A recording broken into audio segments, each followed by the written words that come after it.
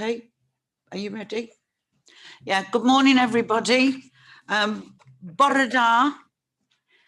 I'd just like to welcome Councillor Anne Davies now to our meeting. Nice to have you, Anne. What took you so long? Lovely to be here. Oh, well, it's nice to have you. Thanks very much. Good morning, Anne. Good morning, Hugh. I've only had apologies from Emrys. There's no other apologies. Chair? Yes? Chair, I've just had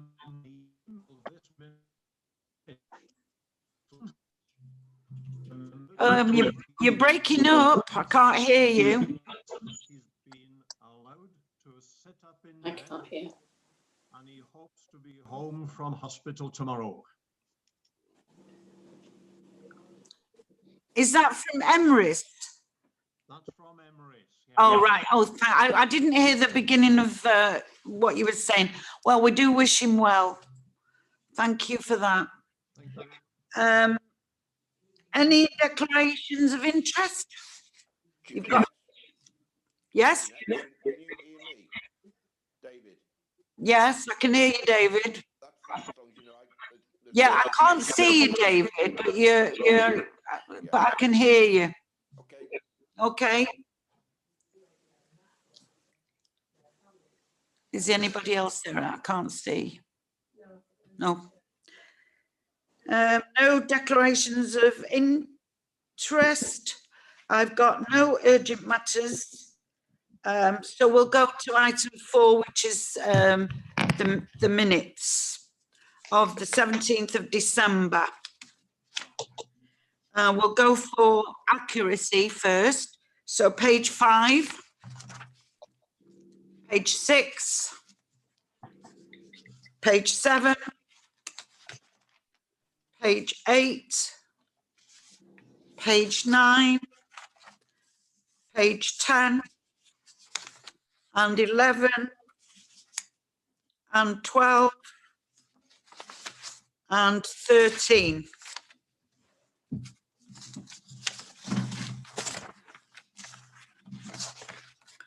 Has anybody got any matters arising from page 5, 6, 7, 8, 9, 10, 11, 12, and 13? No, I only have one on page 13, and that's that it didn't say I wished you all a happy Christmas.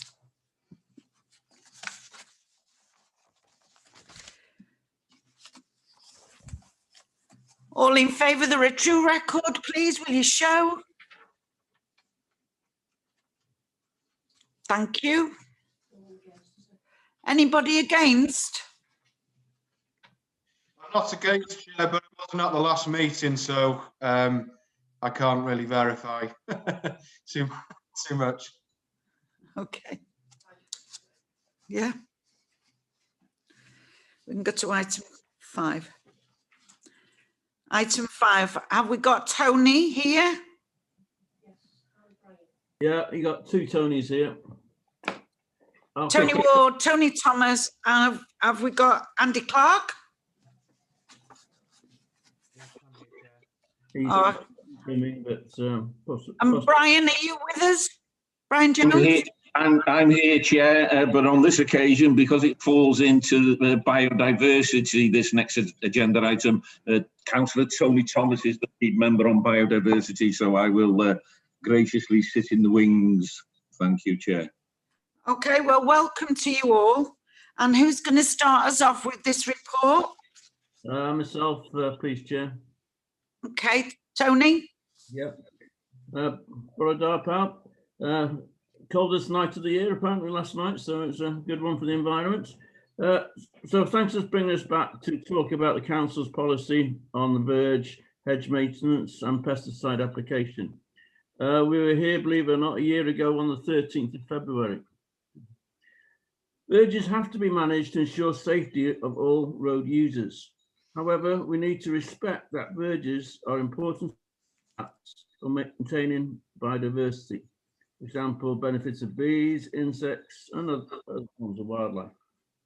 ECC aims to address these wishes in a realistic and economic way. Appendix 2 sets out the DCC position on the use of pesticide for the purposes of weed control. The Council's policy on maintenance of highway verges supports the corporate priority to ensure the environment is both attractive and protected, and supporting communities, well-being and economic prosperity. That's my introduction, Chair. I'm sure we'll answer questions, and no doubt Tony will want to say something else as well, please. Thank you, Tony. Anybody else? Thank you, Tony.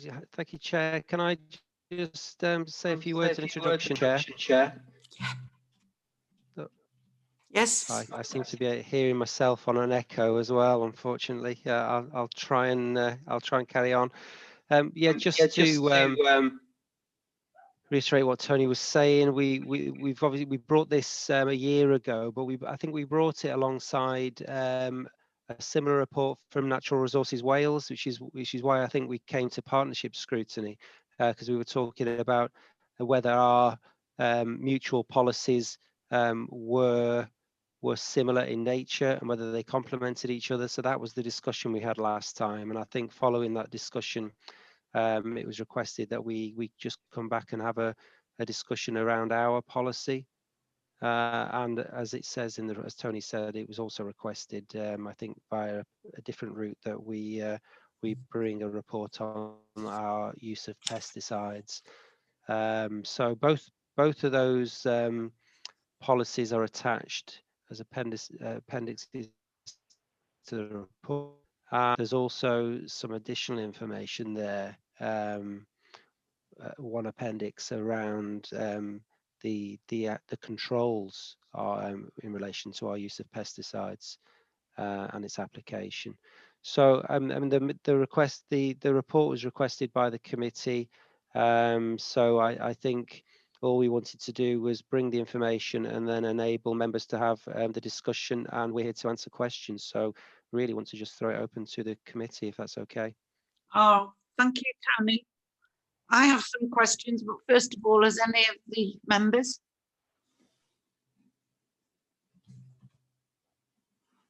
No hands up? Okay. Sorry? Mary, yeah, it's not a member, but I'll bring him in a minute. I've got a few questions, Tony. What environmental impact study has been undertaken by Denbighshire to qualify the damage to biodiversity from bees to hedgehogs of the council's continued use of the chemicals?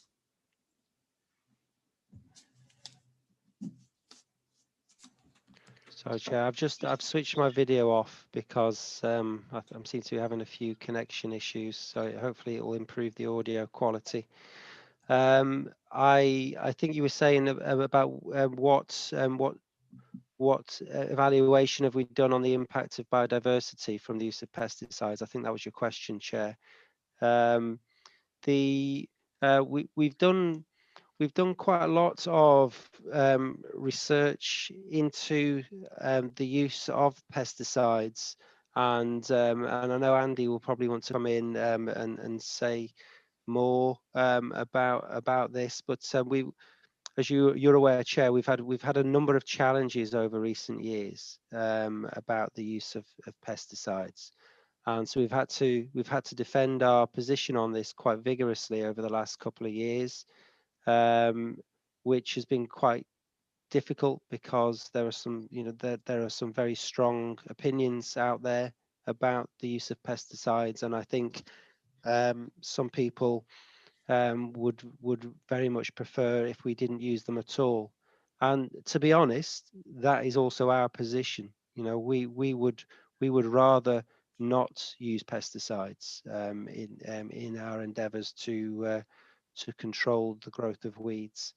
In an ideal world, we wouldn't do that, but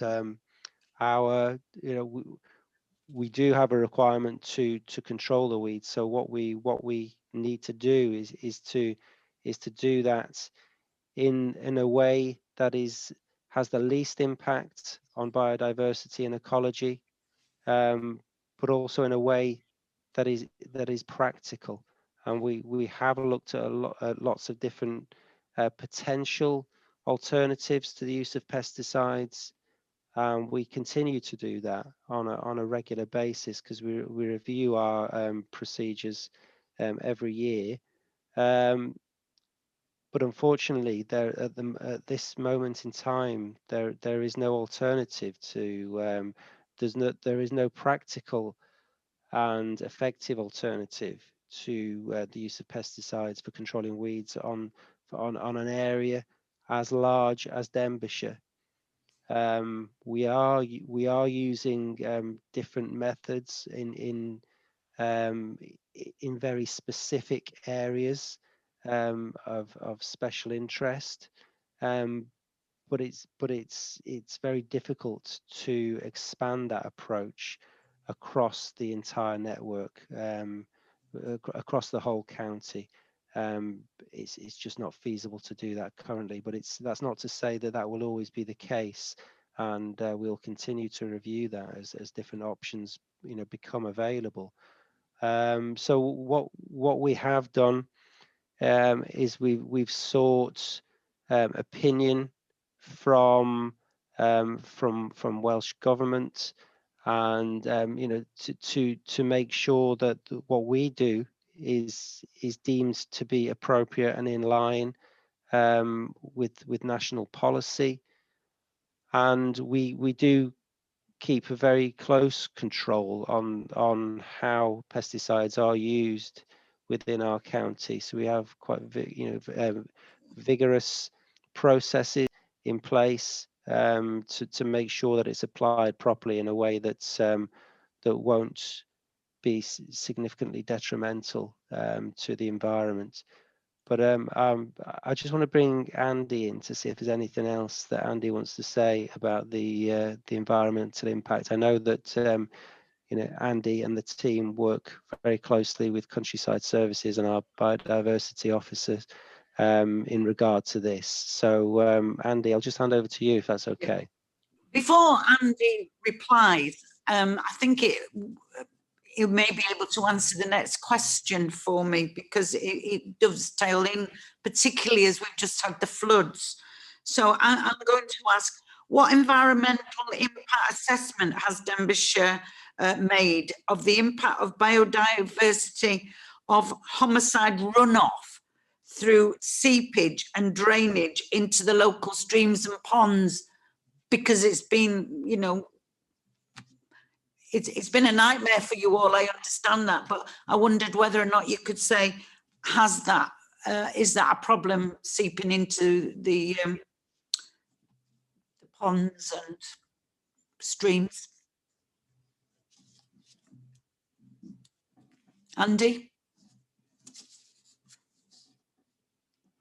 Sorry, Chair, I wasn't sure if the question was aimed at me or Tony. Both of you really, but Andy, I thought you might, the two go together really, don't they? Just in terms of your question about just to expand and reiterate on what Tony has said, we are working quite closely at the moment with a group called the Amenity Forum. It's a national group in relation to pesticides. Obviously, we are engaging with that group. The chair of that forum is actually the managing director of the company that we currently use for our weed spraying application. There was a recent consultation and we have responded on behalf of Denbighshire. And it's largely, as Tony has said at the moment, we are exploring other methods of pesticide application. We are working very closely with colleagues in Countryside Services to expand our approach to biodiversity.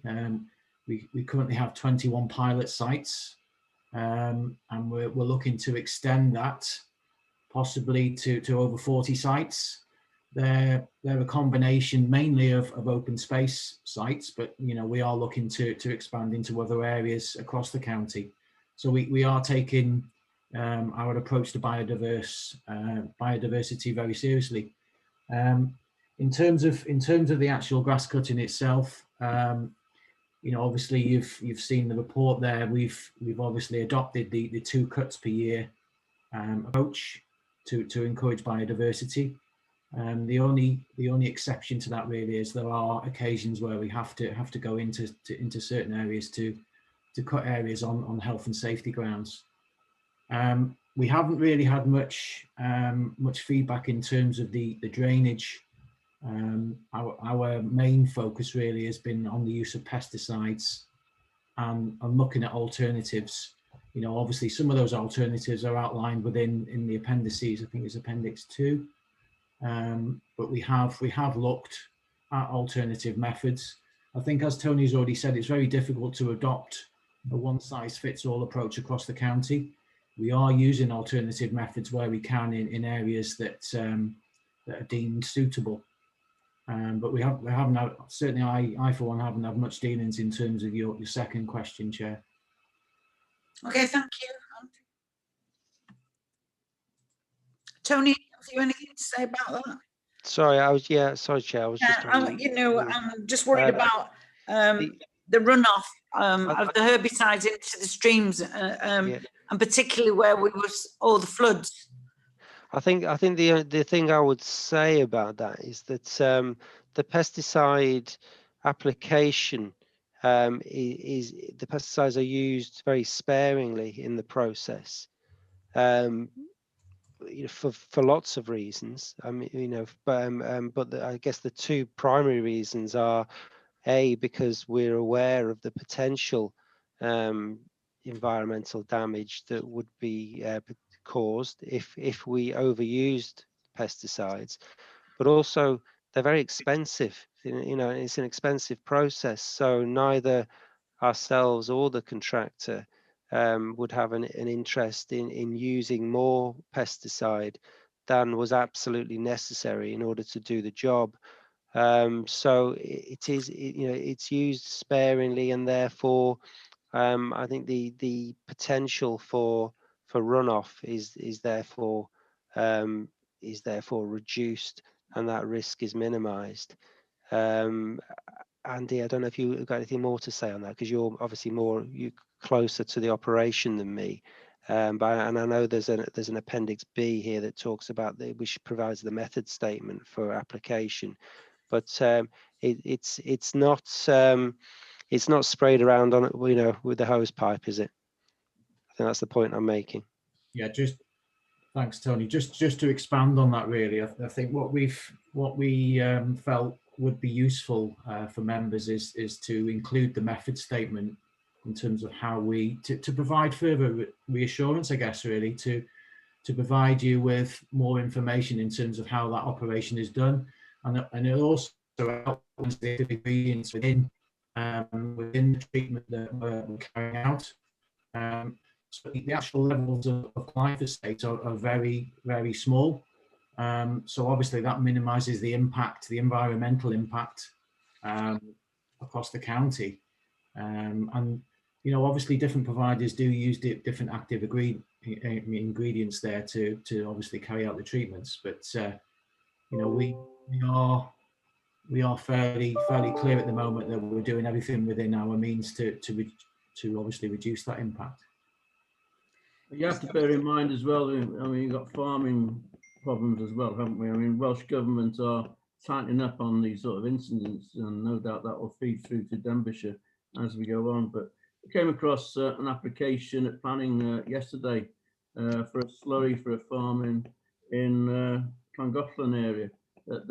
So they're keeping that back over the winter, and it's easier to disperse it in the summer, for instance. So as I say, these incidences are at the moment are relatively out of our control, but I think over the next year or so we'll be getting into the farmers a lot more and trying to sort out these various instances. We've had some in the Clwyd, haven't we? Thank you. Okay, thank you. Christine, you've got a question? Hello, thank you, Chair. Good morning. What I need is clarification really on verge cuttings, particularly in rural areas. The verge cutting, you take in sort of a metre width, and then you leave the rest, but you do get sort of hedging like blackthorn creeping in, or is that the sort of desired effect, or will hedge grows just keep on expanding? Also, you don't, for narrow lanes and sort of more rural roads, you're leaving it until August, beginning of August, before you start cutting. On very narrow country lanes, this can be quite dangerous and they can be quite encroaching. To have that sort of growth from sort of April, May through till August before it's cut back is quite a long time. And also overhanging branches and tall hedges, whose responsibility is that? Is that Denbighshire County Council, or is it the landowners? Thank you, Chair. Andy, do you want to good start on that? question. And then, Okay. sorry, Chair, we have to, because we're not sat together, we have to discuss in public who's going to answer each question. So it's a little Don't different worry. to the normal scenario. So. Sorry, I think there were 3 questions there. In terms of the hedgerows and the overhanging branches, that is largely the landowner's responsibility, unless say for instance with trees, if we've got a tree that's growing out the highway, alongside the highway, within the carriageway, that's clearly the authority's responsibility. You know, hedgerows across rural areas, the landowner's responsibility. Where we have instances where there are issues with health and safety, we will follow those up, and we will contact the relevant party to address those issues. In terms of the reason for cutting the rural areas, obviously we class that's classed as non-principal areas within the report. That is linked to the biodiversity policy to ensure that we are following that approach to encourage everything that we've talked about up to now, and to support that by the council's biodiversity approach. I'm sorry, what was your first question, please? I should have written it down. My train of thought's gone now. The width of the verge, you tend just to take one sweep, don't you, with your verge cutter, which is only a metre. But sometimes the edges are wider and you get blackthorn growing, which is more of a hedge material, isn't it? Thank you. What we've done in the past, our policy is a 1 metre swathe, and to obviously cut the high-rise verges to to maintain them to 100 mil in height. Where we have had issues in previous growing seasons where we've had issues and concerns raised in regard to health and safety. We have looked at all those on an individual basis, and we will address those concerns and take further action if once we've inspected and we deem that further work is necessary. We don't adopt a back to boundary approach. It's mainly a 1 metre swathe. Okay, thank you. David? I can see the top of somebody's head there, and I can't see the name.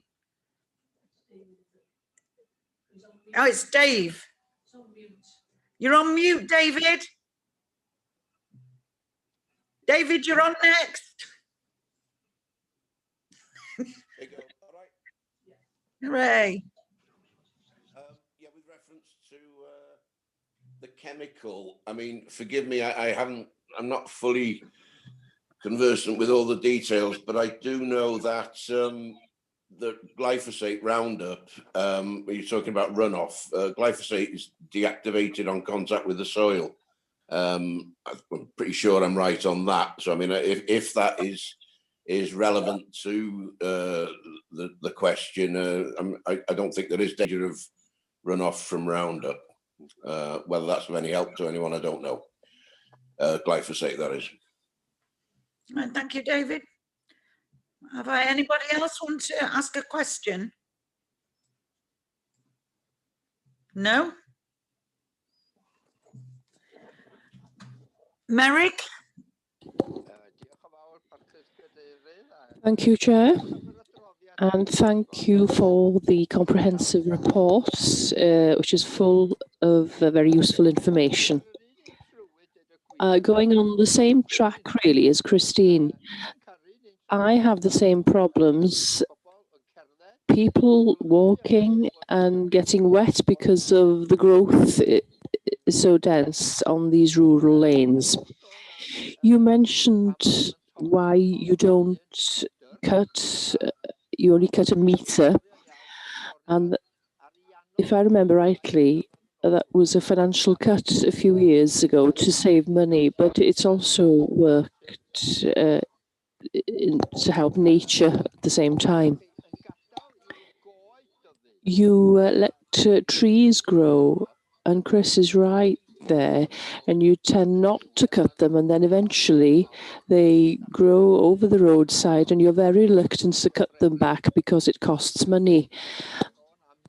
And I mention this in every committee, but I'm wondering maybe Andy could look into this problem a little bit deeper. Thank you very much. Can I just, I'll start on responding to that, if I may, Chair. Andy may or may not wish to elaborate, but we have a document that specifies our approach to tree management as a council. And again, we've worked on this really closely with Countryside Services. In fact, we developed it when Countryside Services was still in my service. But even though they have moved now, we still work really closely with them. But our general approach to trees is we don't do anything with trees unless there is a problem being created by the tree, unless that tree creates a hazard. That is our general high-level approach to tree management. But there is a document on that. It's it's available. We've got a summary document, I think, which is on the website. But yeah, our agreed approach is that we let trees grow to their natural height. And if the tree causes a health and safety hazard, then we will look at it. But I know that's not always necessarily a universally popular approach, but that is the current approach that we take.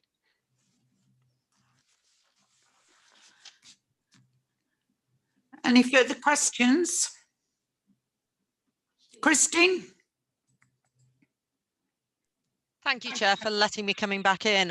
I would just like to know, with regards to the AOMB, but there doesn't seem to be any difference treating the area of outstanding natural beauty with regard to the rest of the county.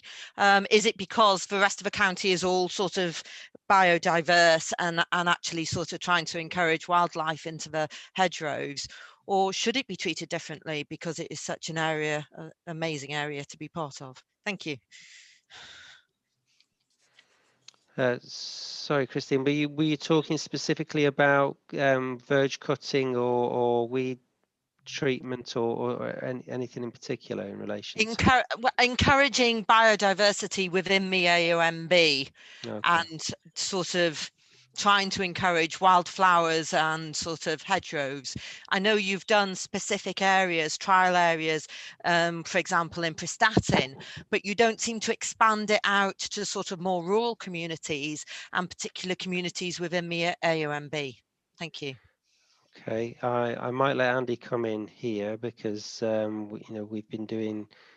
we've had quite a big focus on this over the last couple of years, and the approach is expanding, but Andy's more directly involved than I am. So Andy, is that all right if I hand over to you? Problem, Tony. We've been, as I've mentioned already, we've been working very closely with colleagues in Countryside Services. I think we're largely being led by those officers to determine where the most suitable sites are across the county. The areas that are most rich in nutrients to encourage biodiversity, and also areas that that would encourage the additional species that we want to to obviously introduce. I think we've been working, I think we identified 97 sites initially, of which we put together a pilot of 21, and they range across the county really. There are a number of sites south of the county, Denby, Ruthin area, Corwen, Llangollen.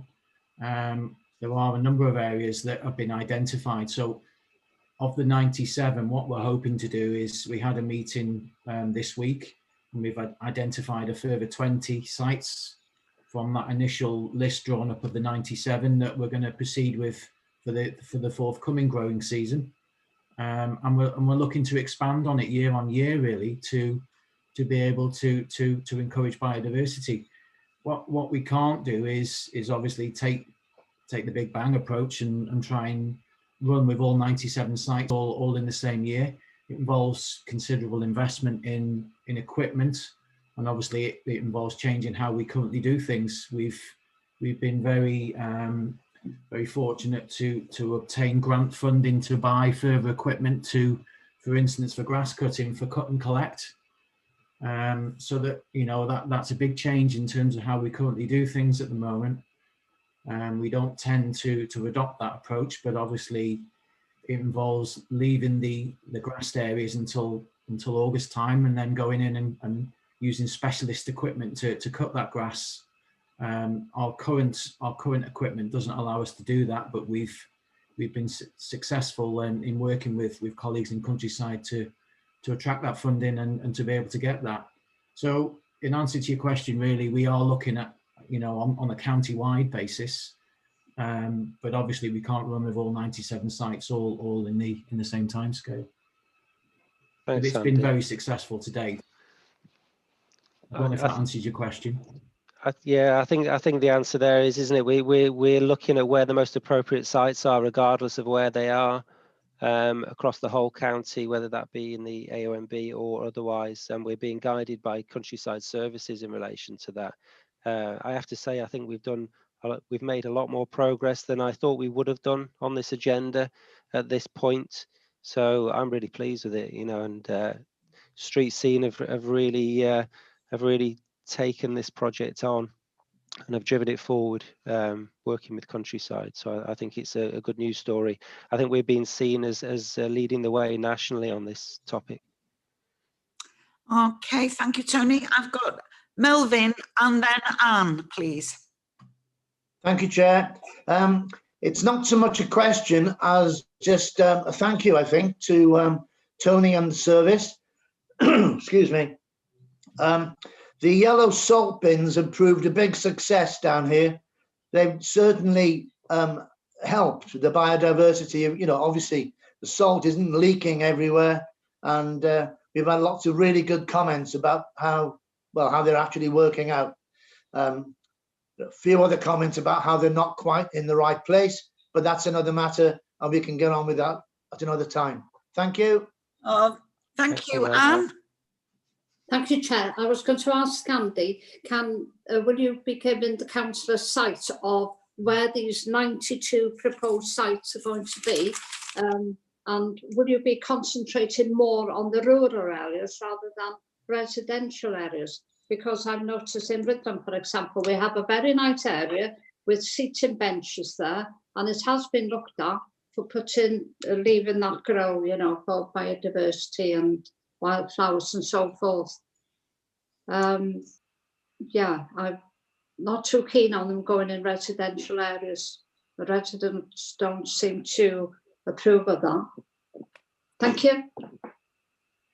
Just in terms of that question, we obviously won't be going with all the 97 sites. They're only proposals from colleagues in Countryside Services on which they deem would be the most beneficial sites.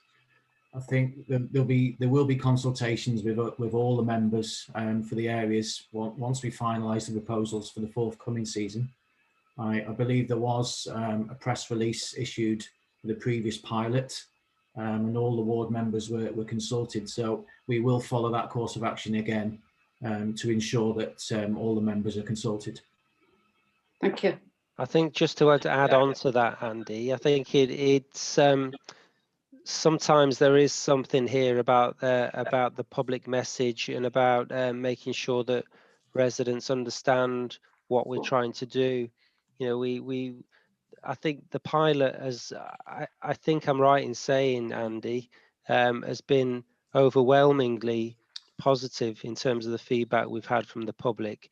But we have, of course, had, you know, a small number of people who didn't like it and, you know, opposed it and made complaints, etc. Largely speaking, I think people understand it and accept it once it's been explained to them and they understand why we're doing it. You know, I think some people kind of just think that we're just trying to save money by not cutting things anymore. And, you know, and they think, well, you know, the place looks untidy, you're just cutting costs, etc., etc. But there's more of a story to it than that. So we need to make sure that we do get that message out there so people understand what we're trying to do. We're not trying to save money. It doesn't save money because actually it's more intensive, this work, when we have to do it. You know, we have to do work there less often, but it's much more intensive and, as we said, requires specialist equipment. So we don't save any money by doing this. We're doing it because we think it's the right thing to do for biodiversity. So I genuinely think we need to be quite strong about it and take a stand on it, and not to be apologetic about what we're trying to do, but we do need to explain it to people so people understand why we're doing it. I think that's important. Okay, thank you. I'll make it my last question. When pavements are full of the green moss, which becomes very, very slippy, particularly in the winter, do you make that a priority to get rid of it?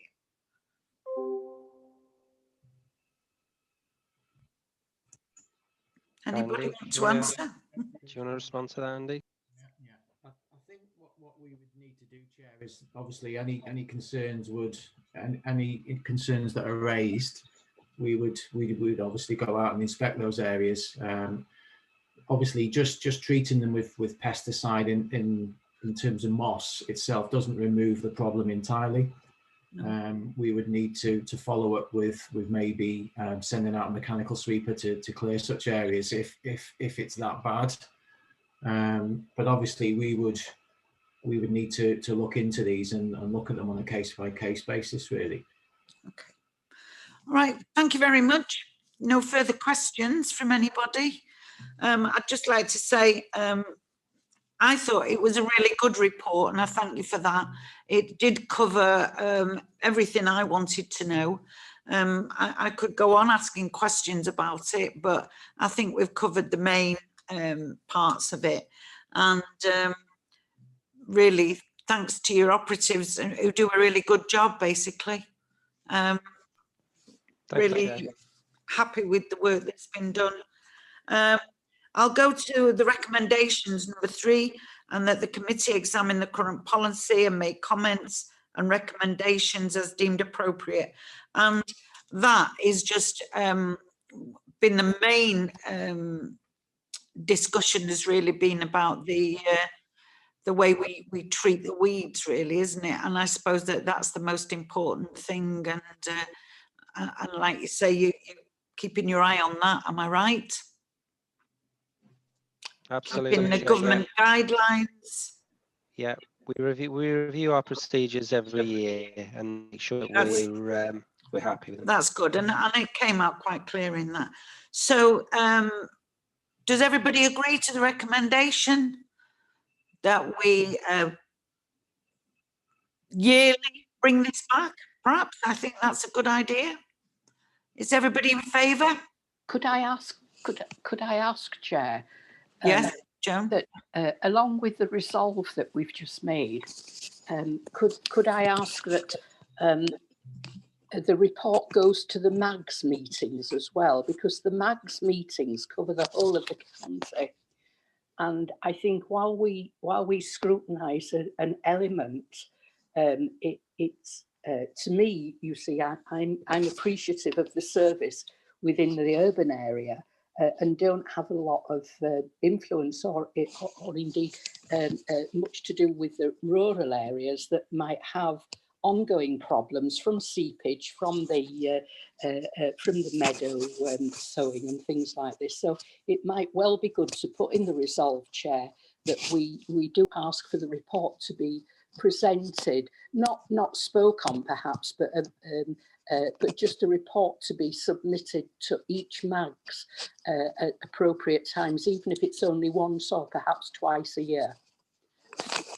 Yeah, I think that's reasonable. Tony, are you happy with that? So it was sending an information report being circulated to the MAGs. Yeah, we won't have an issue with that. I'll be fine. It's a shame really not to spread this report more widely. It's very good. So I think Mags would appreciate receiving it. And it would include a lot more of the actual local members then as well. So we're happy to do that. There is circulated to Mags within our resolve. Everybody happy with that? Let me show our hands again. Okay. I think in a year, really. Do you? 12 months. Annual report. Yeah. I think that's reasonable. Okay, thanks very much to the officers to attend it, and thanks very much for the report. Thank you, Chair. Thank you all. Hi, Tony. Thank you.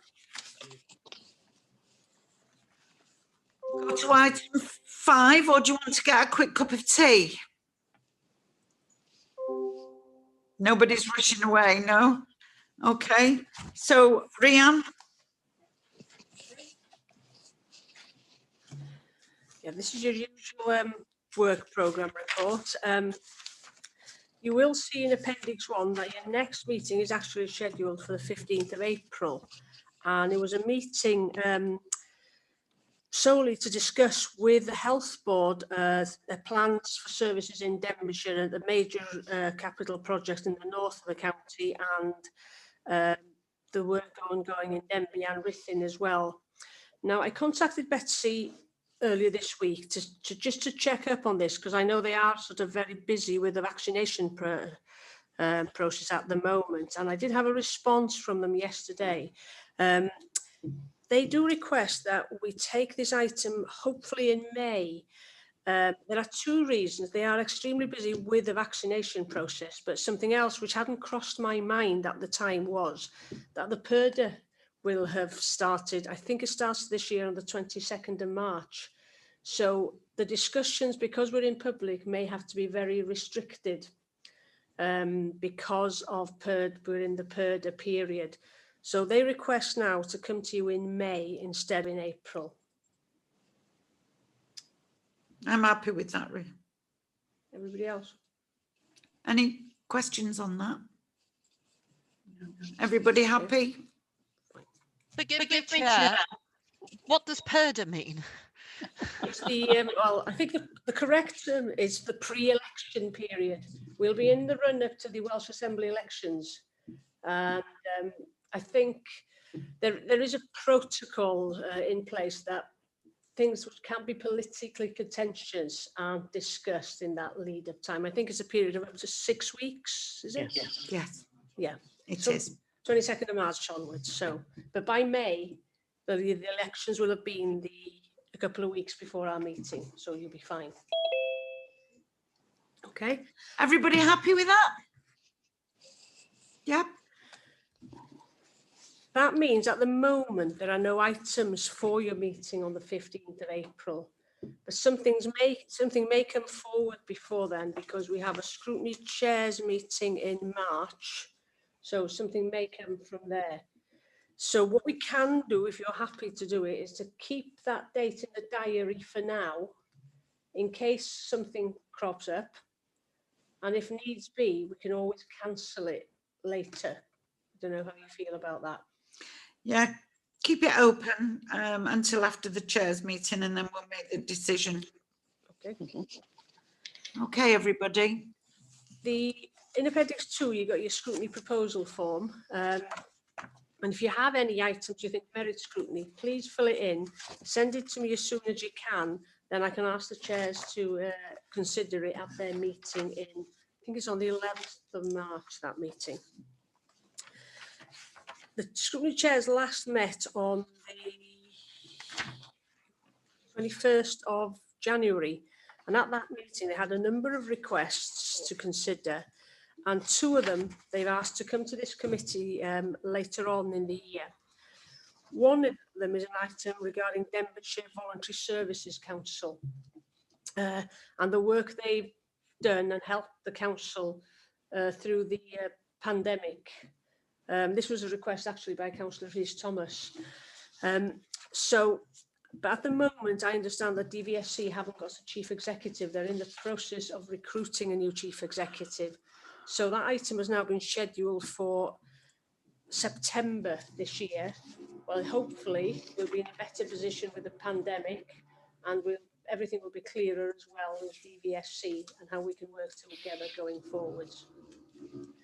The other one is on the effectiveness of the multidisciplinary homelessness and housing related support services. Now, you did have a report on the housing strategy and support services back in December, where mention was made of the reconfiguration of the homelessness and housing related support services in order to deliver in line with the Welsh Government's expectations. So it would be appropriate in the scrutiny chairs and vice chairs group for you to look at this again in about 6 months down the line when the new service has been operating.